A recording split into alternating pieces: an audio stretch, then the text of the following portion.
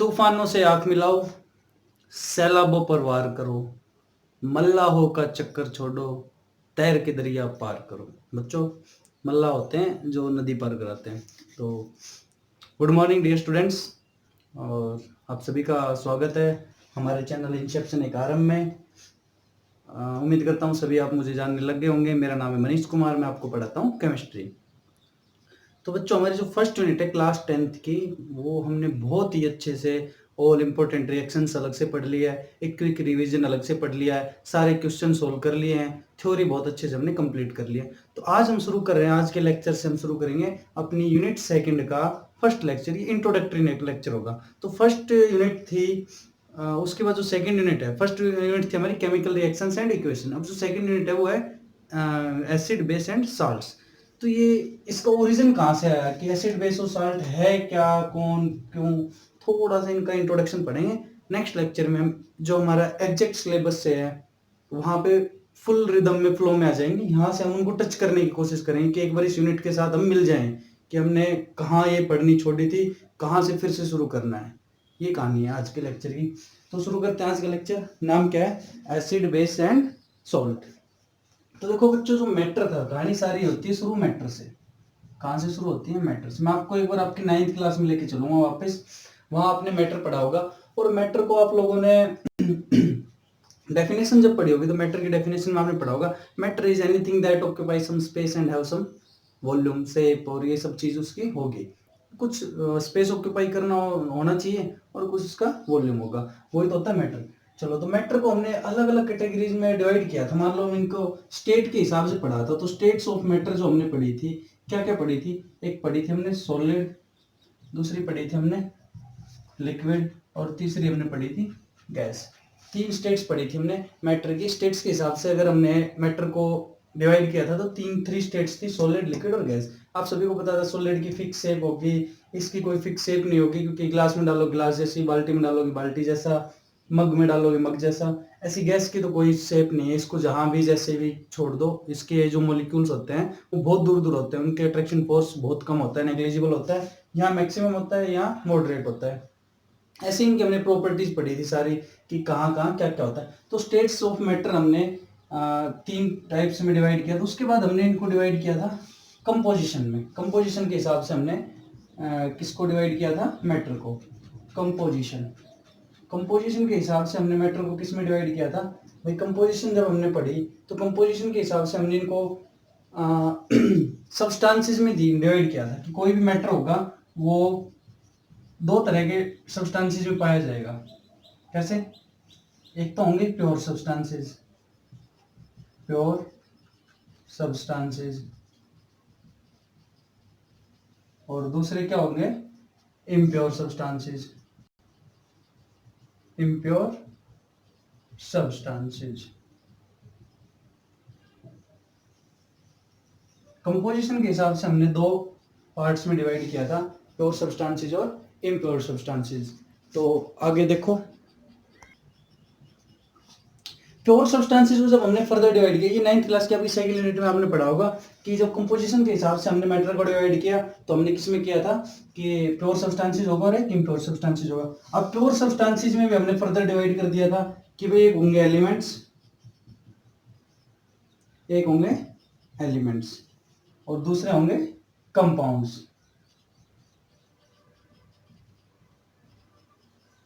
Compound. अब इन impure substances को ही हमने मिक्सचर का नाम दे दिया था, मिक्सचर। मिक्सचर्स, इम्प्योर सब्सटेंसेस का मतलब ये तो प्योर होंगे, सिर्फ एक जैसा होगा। एलिमेंट मतलब सारे एक जैसे एटम्स। कंपाउंड्स मतलब 2 या 2 से ज्यादा एलिमेंट्स का मिलके कुछ बनेगा। जैसे मैग्नीशियम है, मैग्नीशियम क्या है? मैग्नीशियम अकेला एक मैग्नीशियम के एटम होंगे सारे, ठीक है भाई। अगर हम यहाँ पे बात करें किसकी, अगर यहाँ हम बात करें कंपाउंड की, या अगर मान लो ये हमारा वाटर H2O, H2O किस किस से मिलकर बना है? एक हाइड्रोजन से मिलकर बना है और एक इसमें क्या है? एक इसमें ऑक्सीजन। तो हाइड्रोजन और ऑक्सीजन मिले तो इसने हमारा बनाया वाटर H2O। तो हाइड्रोजन क्या है? एक अलग एलिमेंट है, ऑक्सीजन एक अलग एलिमेंट है, तो ये तो आगे एलिमेंट है। लेकिन जब ये दोनों केमिकली रिएक्ट करके कुछ बना रहे हैं, क्या बना रहे हैं? H2O।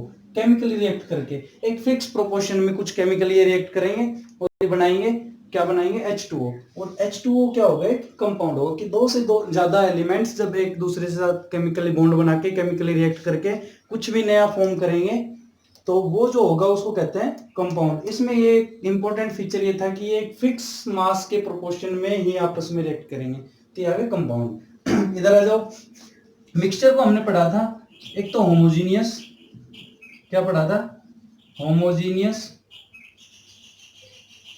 और दूसरा हमने पढ़ा था हेट्रोजीनियस। यहां पे हमने मिक्सचर को, इम्प्योर सब्सटेंसेस यानी मिक्सचर्स को पढ़ लिया था, होमोजीनियस और हेट्रोजीनियस, ये सब हम पढ़ चुके हैं। हमें आना है एसिड बेस और साल्ट से। तो भी कहानी मैटर की है तो सारे मैटर ही होंगे, एसिड बेस साल्ट भी कुछ होगा, उसका कुछ मास होगा, स्पेस होगा, कुछ ना कुछ वॉल्यूम ऑक्यूपाई कर रहा होगा। तो कहानी हमें लेके कहां जानी है, मैटर को हमने डिवाइड करना है किसी भी तरह से एसिड बेस और सॉल्ट्स में। लेकिन यहां तक कहीं भी एसिड बेस सॉल्ट हमारा आया नहीं। तो देखो यहां भी नहीं है, यहां भी नहीं है, ये भी एलिमेंट भी हो गया। अब जो कंपाउंड था, कंपाउंड को फर्दर फिर से डिवाइड किया गया। कंपाउंड को फर्दर किस में डिवाइड किया गया, देखो कंपाउंड को फर्दर डिवाइड किया गया 3 मोर पार्ट्स में। आप सभी ने पढ़ा होगा कंपाउंड्स को फर्दर डिवाइड किया गया एसिड, बेस और सॉल्ट। यहां से हमारी यूनिट शुरू हुई, हमें पढ़ने कंपाउंड्स, टाइप्स ऑफ कंपाउंड्स। अब कंपाउंड्स 3 तरह के हो सकते हैं, एसिड होंगे या साल्ट होंगे या बेस होंगे। साल्ट में आपको बता दूं, जब भी एसिड और बेस आपस में रिएक्ट करते हैं तो हमेशा सोल्ट बनाते हैं। तो एसिड और बेस का रिएक्शन जो होगा उसमें जो हमारा प्रोडक्ट बनेगा वो होगा सोल्ट। तो अब आपको मेरे ख्याल में यूनिट के बारे में थोड़ा पता चल गया होगा कि यूनिट किसके बारे में, कि ये एक तरह से प्योर सब्सटेंसेस के बारे में। प्योर सब्सटेंसेस में भी ये कंपाउंड्स के बारे में, और कंपाउंड्स के जो सब पार्ट्स हैं एसिड, साल्ट और बेस, एसिड, बेस और साल्ट, उसके बारे में हमने पढ़ना है। तो अब ये कहानी आई कि भाई एसिड क्या होता है और बेस क्या होता है ना भाई, एसिड क्या होता है और बेस क्या होता है। उससे पहले हम एक बार कंपाउंड्स को पढ़ते हैं, टाइप्स ऑफ कंपाउंड्स। तो टाइप्स ऑफ कंपाउंड 2 तरह के होते हैं, टाइप्स ऑफ कंपाउंड। 2 तरह से हम टाइप्स ऑफ कंपाउंड्स पढ़ सकते हैं। एक होते हैं आयनाइजेबल और एक होते हैं नॉन आयनाइजेबल। आयनाइजेबल और नॉन आयनाइजेबल। अब आयनाइजेबल और नॉन आयनाइजेबल से आप क्या समझते हो, है ना भाई, आयनाइजेबल और नॉन आयनाइजेबल से आप क्या समझते हो। उससे पहले एक बार मैं आपको एक चीज और बताना चाहूंगा कि जो भी हमारे ये होंगे कंपाउंड्स होंगे 2 तरह से डिवाइड होंगे, आयनाइजेबल और नॉन आयनाइजेबल। उसके अलावा हम दूसरे से मैटर को 3 तरह से डिवाइड किया था ना हमने, कंपोजिशन के हिसाब से, स्टेट के हिसाब से, और तीसरी टाइप के हमने जो सॉल्यूशन सस्पेंशन पढ़ा था उसको छोड़ दो। ऐसे ही हम कंपाउंड्स को भी 2 टाइप से डिवाइड कर सकते हैं। एक हमने किया किसमें, आयनाइजेबल और नॉन आयनाइजेबल में। कंपाउंड्स को किसमें किया हमने, आयनाइजेबल और नॉन आयनाइजेबल में। दूसरी तरह से हम करेंगे कोवेलेंट और आयनिक। कोवेलेंट और आयनिक कंपाउंड को हमने 2 तरह से डिवाइड किया। पहले तो सबसे पहले एसिड, बेस और साल्ट। दूसरी बात हमने फिर बनाया आयनाइजेबल और नॉन आयनाइजेबल होंगे। और तीसरी बार हमने बताया कोवेलेंट और आयनिक होंगे। जैसे कि इस क्लासिफिकेशन को आप ऐसे समझ लो कि नोट कर लेना, ये 3 तरह से हम किसी भी कंपाउंड को वो कर सकते हैं, डिफरेंशिएट, उनको अलग अलग डिवाइड कर सकते हैं। ऐसे समझो आप कि भाई ये 4 बच्चे हैं, 4 स्कूल है हमारे पास, A B C D। हमारे पास ये 4 डिफरेंट स्कूल हैं, 3 ले लो, 3 डिफरेंट स्कूल है। कोई एक बच्चा यहाँ पढ़ता है X, एक बच्चा यहाँ पढ़ता है Y, एक बच्चा यहाँ पढ़ता है Z। अब इस बच्चे के पास यहाँ है नॉन मेडिकल, इस बच्चे के पास यहाँ है मेडिकल, ये बायोलॉजी पढ़ रहा है, इसके पास है दोनों, नॉन मेडिकल प्लस मेडिकल, है ना। तो मतलब 3 बच्चों को हमने बच्चा तो एक, भाई स्टूडेंट तो स्टूडेंट होता है, तीन अलग अलग स्कूल में जा रहा है, कोई दिक्कत नहीं, लेकिन वो तीन तरह से डिवाइड हो सकते हैं ना भाई, वो मेडिकल भी ले सकता है भाई, वो नॉन मेडिकल भी ले सकता है और वो दोनों भी ले सकता है। तो कुछ नहीं, कंपाउंड को हम अलग अलग रिस्पेक्ट में, अलग अलग पर्सपेक्टिव में तीन तरह से डिवाइड कर सकते हैं। पहला डिवाइड होगा कि किसके बेस पे, on the basis of salt, नहीं, on the basis of acidity और बेसिसिटी, कि वो एसिड होगा या बेस होगा या साल्ट होगा। दूसरा कि पानी में जब डिजोल्व करेंगे तो आयनाइज होगा या नहीं होगा, उसके बेस पे हमने किया आयनाइजेबल और नॉन आयनाइजेबल, कि जब भी हम पानी में डालेंगे तो अपने आयंस में टूटेगा या नहीं। और तीसरी तरह से हमने किया किस तरह के बॉन्ड बनाएगा, आयनिक बॉन्ड या कोवेलेंट बॉन्ड। ये हमने तीन तरह से एक ही कंपाउंड को डिवाइड कर दिया कि पानी में डिजोल्व करने को आयनाइज होगा, मतलब अपने आयंस में टूटेगा या नहीं टूटेगा, या फिर दूसरी तरह से हमने किया टूटेगा तो आयनाइजेबल, नहीं टूटेगा तो नॉन आयनाइजेबल। एसिड होगा तो एसिड, बेस होगा तो बेस, साल्ट बनेगा तो साल्ट, दूसरी तरह का क्लासिफिकेशन। तीसरी तरह से हमने किया कि या तो आयनिक बॉन्ड बनाएगा या कोवेलेंट बॉन्ड बनाएगा। आयनिक कोवेलेंट और आयनाइजेबल नॉन आयनाइजेबल ये आपस में कोरिलेट करेंगे। इस तरह से हमने कंपाउंड को डिवाइड किया और इस तरह से हमने ये पता लगाया कि इस यूनिट में हमने पढ़ना क्या है एक्चुअली। तो मेरे ख्याल में आपको ये यहाँ की अब तक की जो भी कहानी हमने पढ़ी है वो आ गई होगी समझ में। अब देखो बच्चों, इस यूनिट में तीन थ्योरीज आएगी आपकी, वो थ्योरी पढ़नी है। तीन अलग अलग साइंटिस्ट ने एसिड, बेस और सॉल्ट के बारे में अपनी अपनी थ्योरी दी। दरअसल सॉल्ट के बारे में कोई थ्योरी नहीं है, सॉल्ट का मतलब सीधा एसिड और बेस मिलके जो भी बनाएंगे सॉल्ट होगा, लेकिन एसिड और बेस के बारे में तीन अलग अलग साइंटिस्ट ने अपनी थ्योरीज दी। एसिड के बारे में जो पहली थ्योरी आई वो आई थी हमारी, किसने बताई थी बताओ, अर्हेनियस थ्योरी। अर्हेनियस थ्योरी साइंटिस्ट थे, इन्होंने सबसे पहले एसिड को डिफाइन करने की कोशिश की। उसके बाद जो फिर से एक थ्योरी आई वो क्या आई, ब्रोंस्टेड-लोरे, ब्रोंस्टेड-लोरे कॉन्सेप्ट। और तीसरी फिर आई थी ल्यूइस थ्योरी। जैसे आपने स्ट्रक्चर ऑफ एटम में जो एटम के मॉडल पढ़े थे अलग अलग, रदरफोर्ड, थॉमसन, और ये लास्ट में हमने किसका पढ़ा, रदरफोर्ड का मान के हमने छोड़ दिया था, हालांकि वो भी फेल है, उसके बाद भी बोर मॉडल और काफी सारे आए थे। लेकिन ऐसे अलग अलग तीन थ्योरी आई थी, अरेनियस, ब्रोंस्टेड-लोरे और ल्यूइस थ्योरी। तो इन तीनों साइंटिस्ट ने एसिड और बेस को अपने अपने हिसाब से, अपनी जो भी उन्होंने रिएक्शंस ली उसके हिसाब से अलग अलग तरीके से उनको क्या करने की कोशिश की, डिफाइन करने की कोशिश की। तो आपको एक जो सिंपल सी बात अगर बताना चाहें, इन थ्योरीज को हम अगले लेक्चर में पूरी डिटेल में पढ़ेंगे कि किसने क्या कहा। आज का लेक्चर बस थोड़ा सा इंट्रोडक्टरी लेक्चर है, जिसमें आपको बस ये पता चल जाए कि भाई हमने पढ़ना क्या है इस यूनिट में। बहुत ज्यादा कठिन या टफ यूनिट नहीं कह सकते। उस यूनिट में जैसे हमने रिएक्शंस अगर सीख ली थी तो यहाँ भी रिएक्शंस होगी, आप याद कर लोगे, कोई दिक्कत नहीं आएगी।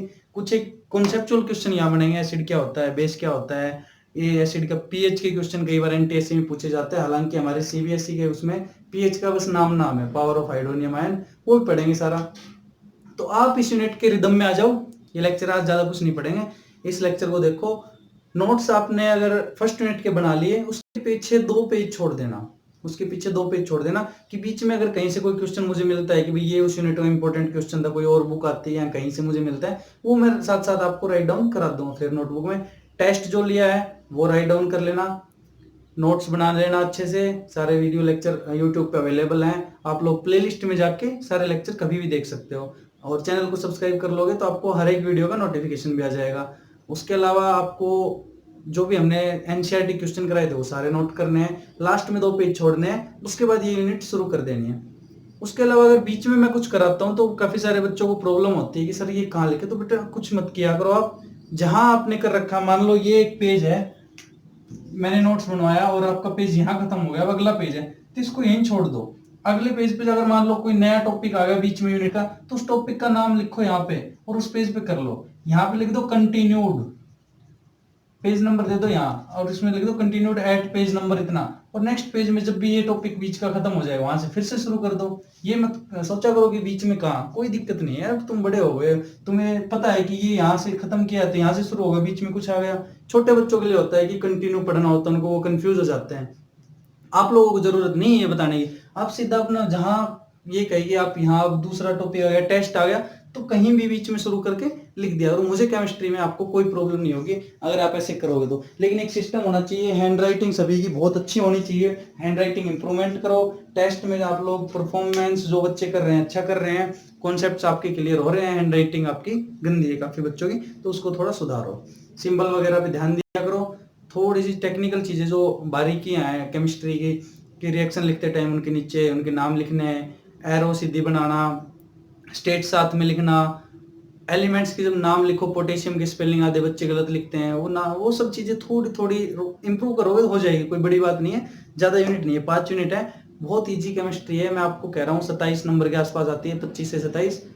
आप 2 नंबर की तो इधर उधर हो सकते हैं, जो 1-1 नंबर के कुछ ही क्वेश्चन इधर उधर से आ जाते हैं, जिसमें कोई गारंटी नहीं ले सकता कि सारे कराएंगे ही कराएंगे। लेकिन बाकी के जो 25 नंबर होते हैं वो मैं आपको बोर्ड पे कराऊंगा, और वो मैं आपको पेपर में मिला दूंगा कि देखो बेटा मैंने तब ये कराया था और ये आ गया। तो आप लोग जुड़े रहिए, भरोसा रखिए, बोर्ड आपका कहीं नहीं जाएगा, बोर्ड सारा इस बोर्ड से ही आएगा पेपर। बची बात एनटीएससी की, तो कॉन्सेप्ट्स तो यही रहेंगे, क्वेश्चन प्रैक्टिस आपको करा देंगे क्लास में, स्कूल में, यहाँ टाइम मिला तो यहाँ पे, तो आपको किसी तरह घबराने की जरूरत नहीं है। इस यूनिट के लेक्चर के नोट्स बनाने शुरू करो, वीडियोस को ज्यादा से ज्यादा शेयर करो, सब्सक्राइब नहीं किया तो सब्सक्राइब जरूर कीजिएगा। तो बच्चों मिलते हैं नेक्स्ट लेक्चर में, बिल्कुल फ्रेश टॉपिक एसिड बेस की डेफिनेशन के साथ आएंगे, अलग अलग थ्योरीज को पढ़ाएंगे, बहुत इंटरेस्टिंग चैप्टर हमारा। तो इसके साथ शुरू से जो बच्चे पीछे का लेक्चर नहीं कर पाए वो भी फ्रेश यूनिट है, फ्रेश स्टार्ट करें, अपना डेली का पीछे का काम धीरे धीरे करते रहे। तो बच्चों वीडियो आपने देखा, अच्छा लगा, लाइक शेयर सब्सक्राइब कर सकते हो सभी को, और आपने ये वीडियो देखा उसके लिए आपका थैंक यू।